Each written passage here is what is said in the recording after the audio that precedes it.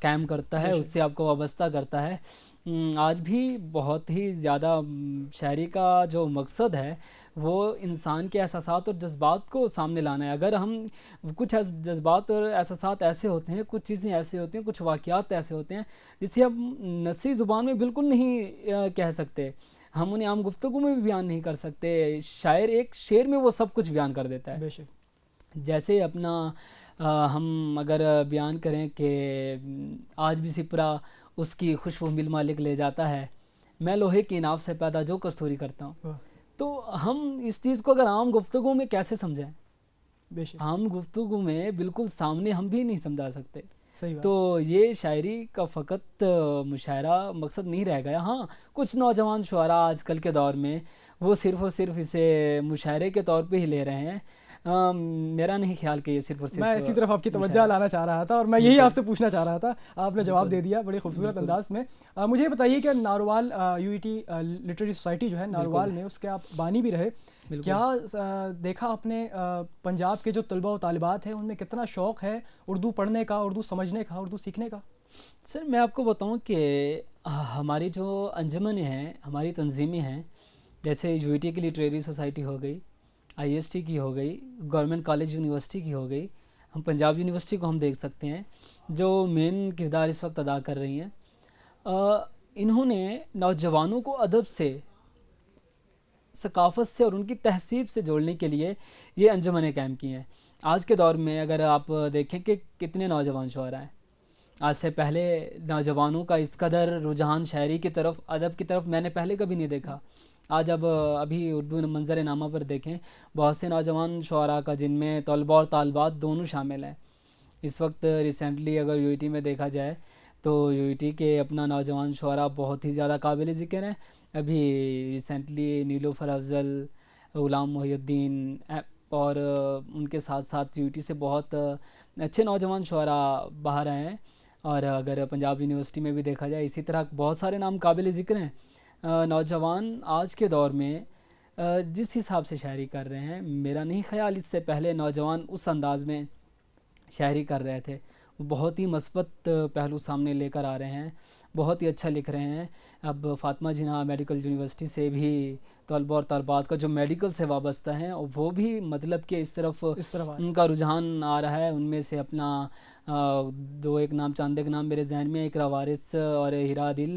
اب ان کو اگر میں ان کے ساتھ جب میرا کافی وقت گزرا نوجوانوں کے ساتھ, کیونکہ میں خود نوجوان ہوں, تو ان کی شاعری میں میں نے جب دیکھا تو بہت سے ایسے پہلو نظر آئے کہ جو مثبت پہلو ہیں اور انہوں نے ایک الگ انداز میں شاعری کی ہے. جیسے اب ان کا ایک ہیرا دل کا میں ایک شعر آپ کے سامنے کروں کہ میں دب اکبر کو بند مٹھی میں قید کر کے اب اس تخارے میں روشنی سے گزر رہی ہوں. ایک نئے انداز میں کسی چیز کو سامنے لانا, اور یہ کہ میں بچ بچا کے غلاظتوں سے بس اس بھروسے پہ چل رہی ہوں.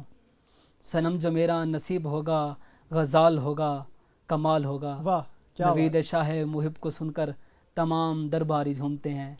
خبر اڑی ہے کہ اس برس بھی دھمال ہوگا. دھمال ہوگا. مطلب آپ یہ کہنا چاہ رہے ہیں کہ ایک جو نوجوان شعراء کرام آ رہے ہیں, طلباء و طالبات, ان کے مضمون اچھے ہیں, ان کے مصرے, ان کا لکھنے کا انداز بہت خوبصورت ہے. مجھے بتائیے کہ شاعری میں عموماً کہا جاتا ہے کہ آپ جو لکھتے ہیں, آپ وہ لکھنا آپ کے جو ذاتی تجربات ہیں ان پر مبنی ہوتا ہے. آپ کے ساتھ کچھ حادثات ہوئے ہوں, کیا واقعتاً ایسا ہے؟ میں آپ سے پوچھنا چاہوں گا کیونکہ ایک نوجوان شاعر ہیں آپ, ابھی ابتدا ہے آپ کی, واقعتاً آپ یہ سوچ کر اپنی شاعری لکھتے ہیں؟ بالکل, آپ کے ساتھ کوئی ایسے حادثات بھی پیش آ چکے ہوتے ہیں اور آپ زیادہ تر اگر لکھ رہے ہوتے ہیں آپ کے مشاہدات اور تجربات پر مبنی آپ کی شاعری ہوتی ہے. اور یہ چیزیں جب آپ ایسے معاشرے کو اس شاعری کی, ادب کی نظر سے, آپ ایک اگر کسی فن سے آپ تعلق رکھتے ہیں, اگر آپ اداکار ہیں, تو آپ اگر معاشرے کو دیکھ رہے ہیں, آپ اس طریقے کا اسکرپٹ اسی طریقے سے آپ ایکٹ کرتے ہیں. اگر اب میں شاعر ہوں, جب معاشرے کو دیکھ رہا ہوں, معاشرتی اقدار کو دیکھ رہا ہوں, تو انہیں معاشرتی اقدار کو دیکھ کے ہی اپنا انہیں مشاہدات کو, وہی تجربات جو معاشرے میں ہمارے سامنے ہو رہے ہیں وہ ہمارے لاشعور میں جمع ہوتے رہتے ہیں, کہیں اکٹھے ہوتے رہتے ہیں, جو بعد میں شاعری کی صورت میں آپ لفظوں کی صورت میں اسے سامنے لاتے ہیں. واہ. آپ کا ایک شعر تھا, آپ نے لکھا کہ ماں پر آپ نے، ماں جیسی خوبصورت ہستی پہ آپ نے لکھا کہ ماں کے قدموں کا ہو بوسہ تو قضا آ جائے، زندگی ختم ہو گر یوں تو مزہ آ جائے. مجھے بتائیے کہ اتنا حسین رشتہ جس کے لیے خدا نے بھی کہا، خدا نے جب اپنے اور بندے کا جو رشتہ بتایا تو خدا نے کہا کہ میں 70 ماؤں سے زیادہ جو ہے میں اپنے بندے کو پسند کرتا ہوں. مجھے بتائیے کہ اتنا خوبصورت رشتہ آپ نے 2 مصروں میں اتنا خوبصورتی سے بیان کیا، اس پر ذرا روشنی ڈالیے اس مصرے پر. تو ماں کا نعم البدل تو میرے نزدیک تو اس دنیا میں کوئی چیز بھی نہیں ہے. بے شک. تو ماں کے اوپر اگر یہ شعر کے بارے میں بتاؤں تو اگر میں کہوں کہ میں نے بہت لکھنے کی کوشش کی ہوگی مگر میں نہیں لکھ پا رہا تھا. بہت سے ایسے واقعات جب میرے آنکھوں سے گزرے. اصل میں جب 6-7 سال سے، اب کافی عرصے سے ماں سے دور ہو تو آپ کو پتہ چلتا ہے کہ ماں اہمیت کیا ہے. ماں تو وہ عظیم ہستی ہے جس سے اگر رب تعالیٰ نے اگر اپنی محبت کو کسی سے اگر موازنہ کیا ہے، کسی کی محبت سے موازنہ کیا ہے تو اس نے اپنی محبت کو ماں کی محبت سے موازنہ کیا ہے. بے شک. تو اس چیز کو بیان کرنے میں میرے لیے تو آسانی نہیں تھی، پر اگر میں کہوں کہ میرے اساتذہ اور دوستوں جن کے ساتھ میں بیٹھتا ہوں ان کی صحبت میں، ان کے سے سیکھنے سے جو کرافٹنگ پیدا ہوئی ہے میرے اشعار میں اور جو ریاضت تھی، شاید یہ اس چیز کا نتیجہ تھا کہ میں اتنے باریک پہلو کو میں نے اتنے اچھے انداز میں اگر لکھا ہے. تو اس کا سہرا میں عموماً اپنے اساتذہ یعنی کہ سر کروں گا. کیا سمجھتے ہیں کہ شاعری کیا واقعی دلوں کو ملانے کا نام ہے، لوگوں کو قریب لانے کا نام ہے؟ میں مثال دیتا ہوں آپ کو، بھارت پاکستانی مشاعرے جو عموماً ہوتے ہیں غالباً دبئی میں ہوتے ہیں یا UAE میں اکثر ہو رہے ہوتے ہیں، تو اتنی دوری کے باوجود، اتنی نفرتوں کے باوجود بھی یہ مشاعرہ، یہ شاعری جو ہے، آپ دیکھتے ہیں وہاں پہ پاکستانی شعراء کرام بھی ہوتے ہیں، وہاں پہ بھارت کے شعراء کرام بھی ہوتے ہیں. کیا سمجھتے ہیں واقعتاً شاعری دلوں کو ملانے کا نام ہے؟ سر شاعری تو میں تو کہتا ہوں کہ دو دلوں کو جوڑنے کا نام ہے. یہ عموماً شاعری میں تو، ادب میں تو کوئی بارڈر، کوئی سرحد نہیں ہے. واہ بے شک. الفاظ کی کوئی سرحد نہیں ہے. آپ چاہے انگریزی زبان کو دیکھ لیں، آپ اردو کو دیکھ لیں، آپ فارسی کو دیکھ لیں، آپ عربک کو دیکھ لیں، آپ عربی، جس زبان میں آپ جائیں لفظوں میں کوئی سرحد نہیں ہے. آپ قید نہیں کر سکتے لفظوں کو. آپ اپنے ذہن میں کسی بھی لفظ کو قید آپ کر کے دیکھیں، نہیں کر سکیں گے. کوئی ایسا بندہ جو یہ دعویٰ کرے، میرے خیال سے دنیا میں کوئی ایسا بندہ نہیں ہوگا کہ وہ جو کہے کہ میں الفاظ کو قید کر سکتا ہوں. شاعری ہی ہمارے آج کے دور میں تو کہتا ہوں رہ گئی ہے جو دلوں کو آپس میں جوڑتے ہیں، چاہے گیت کی شکل میں ہو، چاہے غزل کی شکل میں ہو، چاہے نظم کی شکل میں ہو. اوپر سے اگر مشاعرے تو تقریباً ہر وقت میں ہی لوگوں کو جوڑنے کا ایک ذریعہ رہے ہیں. شاعری ہمیشہ لوگوں کو جوڑنے کا ایک ذریعہ رہی ہے، چاہے آپ پاک بھارت مشاعرے کی دیکھ لیں، اور اسی طرح سے پاکستان، عموماً نیپال، رشیا، چائنا، انڈیا، اس کے ساتھ ساتھ دبئی، ابوظہبی، ان سارے ممالک میں حکومتی سرپرستی میں بہت ساری تنظیمیں چل رہی ہیں کہ جو ہر زبان سے تعلق رکھنے والے شعراء کو جہاں بلایا جاتا ہے، ان لوگوں کو سامنے وہ ساری کی ہر زبان میں شاعری سامنے رکھی جاتی ہے، ان ساروں کو سنا جاتا ہے اور بڑے پیار سے سنا جاتا ہے. بالکل. اور ایک بھائی چارہ پیدا ہوتا ہے اس سارے انوائرمنٹ. ابھی ریسنٹلی اسی دور میں اگر دیکھا جائے تو ابھی اسی ماہ میں ہی آلموسٹ نومبر میں ہی پاکستان میں بہت سارے اپنا زبانوں سے تعلق رکھنے والے شعراء آئے ہوئے تھے، جن میں نائجیریا، سری لنکا، بنگلہ دیش اور بہت ساری زبانوں سے تعلق رکھنے والے شعراء موجود تھے، اور ان اس مشاعرے کی صدارت افتخار عارف صاحب نے کی. بے شک جو ہے بہت سے ایسے شعراء کرام ہیں بھارت میں جن کو پاکستان میں پسند کیا جاتا ہے. راحت اندوری کی مثال ہمارے سامنے ہے. اسی طرح پاکستان کے بہت سے شعراء کرام ہیں، علی زریون، تہذیب آفی، جن کو بھارت میں، ہمارے ہمسایہ ملک میں جو ہے پسند کیا جاتا ہے. جاتے جاتے ایک آخری سوال میں آپ سے یہ کرتا چلوں گا کہ کیا سمجھتے ہیں نوجوان کتنا اہم کردار ادا کر سکتے ہیں، کتنا مثبت کردار ادا کر سکتے ہیں اس اردو کی ترویج میں؟ کیونکہ یہ دریا ایک عرصے سے جو ہے کہ بیچ میں جو عرصہ آیا ہے جہاں پہ اس کا فروغ دینا کم ہو گیا ہے، اس کی ترویج کم ہو گئی ہے، یہ دریا بالکل خوش پڑا ہوا ہے. کس طرح ہم نوجوان اس دریائے کو جو ہے واپس روا کر سکتے ہیں؟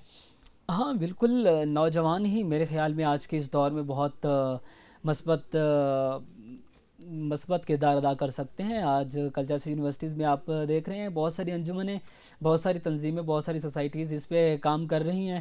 اردو ادب پہ میرے خیال میں بہت زیادہ کام کیا جا رہا ہے. بس جس طرف آج کے نوجوانوں کو نہیں جانا چاہیے اردو کی ترویج میں، وہ اردو میں ہی انگریزی زبان کے الفاظ استعمال کر رہے ہیں.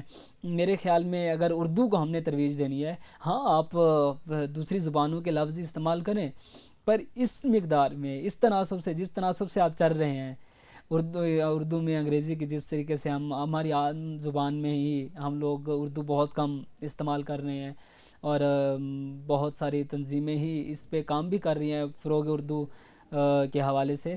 تو میرے خیال میں نوجوان ہی مثبت کردار ادا کر سکتے ہیں اگر وہ اردو میں انگریزی ادب کو اگر آپ شامل کرتے ہیں. وہ ایک الگ بات ہے، وہ ایک مثبت چیز ہے. آپ انگریزی کے لفظ کو، انگلش کے الفاظ کو استعمال نہ کریں، آپ اردو کو اردو ہی رہنے دیں. بے شک. عدیل صاحب کا کہنا یہی ہے کہ آپ بے شک دوسری زبانیں سیکھیے، لیکن اپنی زبان کو کسی اور زبان پر کسی اور زبان کو اپنی زبان پر فوقیت نہ دیں، کیونکہ یقیناً اس اردو جیسی میٹھی زبان، خوبصورت زبان کوئی نہیں ہے. ہمارے پہلے پروگرام کے حصے کا جو ہے یہاں اختتام ہوتا ہے. ہم چلتے ہیں اپنے اگلے حصے کی طرف، شان سخن کی جانب. معزز سامعین، شان سخن میں آپ کو خوش آمدید کہتے ہیں. آج چونکہ ہمارے ساتھ ایک شاعر موجود ہیں تو ہم ان کی ہی شاعری بزبان شاعر ان سے ہی سنیں گے. عدیل صاحب، ایک فرمائش ہے میری. جی بالکل. آپ کی ایک بہت مشہور غزل تھی جو اب تک آپ مشاعروں میں شاید آپ نے نہیں پڑھی، لیکن میری فرمائش ہے آپ اس کو پڑھیے. سب کے سب پائے مال ہو جاتے. جی ضرور، کہ سب کے سب پائے مال ہو جاتے، کاش ہم بھی بلال ہو جاتے. واہ.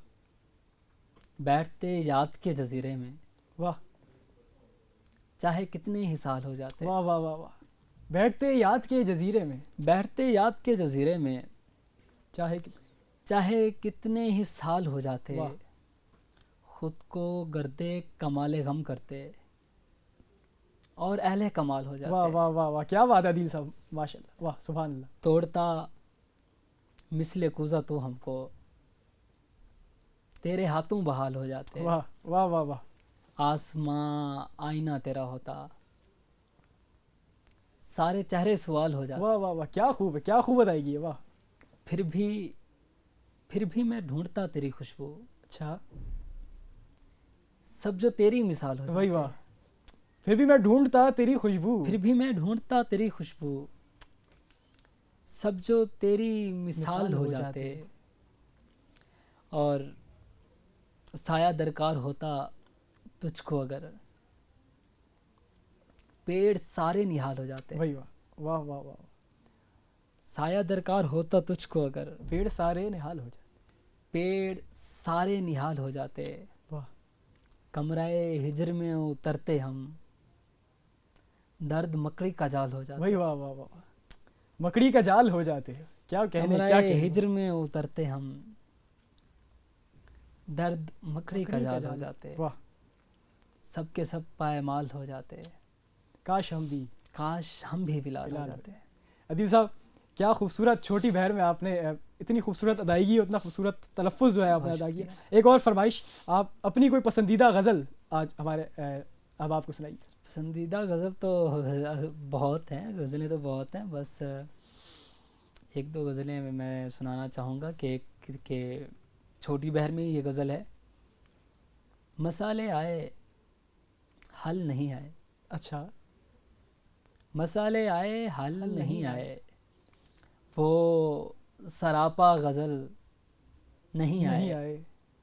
آپ کا آج کل کا تھا وعدہ. اچھا.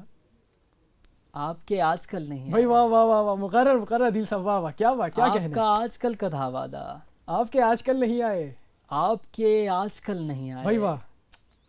اس ستم گر نے ظلم ڈھائے بہت، میرے ماتھے پہ بل نہیں آئے. بھائی واہ واہ واہ واہ واہ، میرے ماتھے پہ بل نہیں آئے. اس ستم گر نے ظلم ڈھائے بہت، واہ. میرے ماتھے پہ بل نہیں آئے. پیڑ کتنے اداس ہیں تجھ بن، دیکھ شاخوں پہ پھل نہیں آئے. بھائی واہ واہ واہ. شاخوں پہ پھل نہیں آئے. پیڑ کتنے اداس ہیں تجھ بن, واہ. پیڑ کتنے اداس ہیں تجھ بن, دیکھ شاخوں پہ پھل نہیں آئے, تیرے پاؤں ہیں پھول سے نازک, اچھا تیرے رستے میں تھل نہیں آئے, بھائی واہ واہ واہ واہ واہ. تیرے پاؤں ہیں پھول سے نازک, تیرے رستے میں تھل نہیں آئے. تیرے رستے میں تھل نہیں آئے, میں عدیل اس کو چاہتا ہوں جسے ناز انداز چھل نہیں آئے, واہ واہ واہ, کیا خوبصورت مسئلے مقطع ہے. آئے واہ حل نہیں آئے, واہ. وہ سراپا غزل نہیں آئے. ایک اور عدیل صاحب, ایک آخری غزل کی جی. فرمائش. میں کینوس پر تمام رنگوں کو آج باہم ملا رہا ہوں, کسی کی آنکھیں, کسی کا لہجہ, کسی کا چہرہ بنا رہا واہ ہوں. واہ واہ واہ. میں نور کے سارے ڈھنگ چن کے, دھنک کا ایک ایک انگ چن کے, اندھیری شب کی کھلی فضا میں تیرا ہیولا بنا رہا واہ ہوں. واہ واہ واہ. تیرے دوپٹے سے میری دستار کا جو سمبند ہو رہا ہے, اچھا تیری یہ قسمت سنور رہی ہے, میں اپنا وعدہ نبھا رہا بھائی ہوں. واہ, تیری یہ قسمت سنور رہی ہے, میں اپنا وعدہ تیرے نبھایا. دوپٹے سے میری دستار کا جو سمبند ہو رہا ہے, تیری یہ قسمت سنور رہی ہے, میں اپنا وعدہ نبھا رہا ہوں. اگرچہ پورے خلوص سے میں یقین دلاتا ہوں چاہتوں کا, مگر زمانہ سمجھ رہا ہے کہ میں اسے ورگلا رہا ہوں. بھائی واہ واہ واہ واہ, کیا کہنے. اگرچہ پورے خلوص سے میں یقین دلاتا ہوں چاہتوں کا, مگر زمانہ سمجھ رہا ہے کہ میں اسے ورگلا رہا ہوں. اے میرے یارو کھلی نگاہوں سے دیکھنا, مجھ سے ربط رکھنا. اچھا اے میرے یارو کھلی نگاہوں سے دیکھنا, مجھ سے ربط رکھنا. میں بے خودی میں کسی کی یادوں کے بادلوں میں سما رہا ہوں. واہ واہ واہ واہ واہ, بادلوں میں سما رہا ہوں. میں سندلوں کی تمام شاخوں کو چاہتوں کا قلم بنا کر, بھائی واہ واہ واہ. میں سندلوں کی تمام شاخوں کو چاہتوں کا قلم بنا کر, لہو میں اپنے ڈبو ڈبو کے تیرا قصیدہ سجا بھائی رہا واہ ہوں. واہ واہ, کیا کہنے, کیا کہنے. عدیل دشتے وفا سے کوئی مجھے مسلسل پکارتا ہے, عدیل دشتے وفا سے کوئی مجھے مسلسل پکارتا ہے.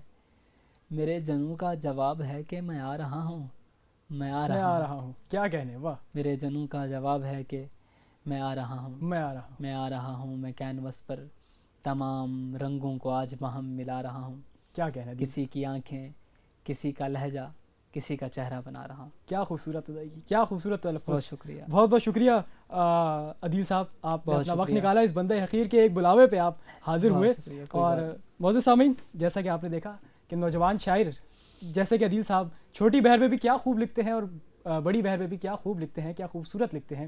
اسی کے ساتھ ساتھ میں اپنے پروگرام کا اختتام کروں گا اس دعا کے ساتھ کہ یہ جو وراثت تقسیم ہو رہی ہے, یقیناً اگر ایسے شعراء کرام, ایسے نوجوان شاعر ہیں, تو یقیناً ہمیں یہ یقین ہونا چاہیے کہ ہمارا یہ ورثہ, ہماری یہ وراثت صحیح ہاتھوں میں جا رہی ہے. اس کے ساتھ ساتھ اپنے میزبان زین رضا کو اردو نامہ کی پوری ٹیم سے اجازت دیجیے. پھر ملاقات ہوگی اگلے مہمان کے ساتھ. اللہ حافظ.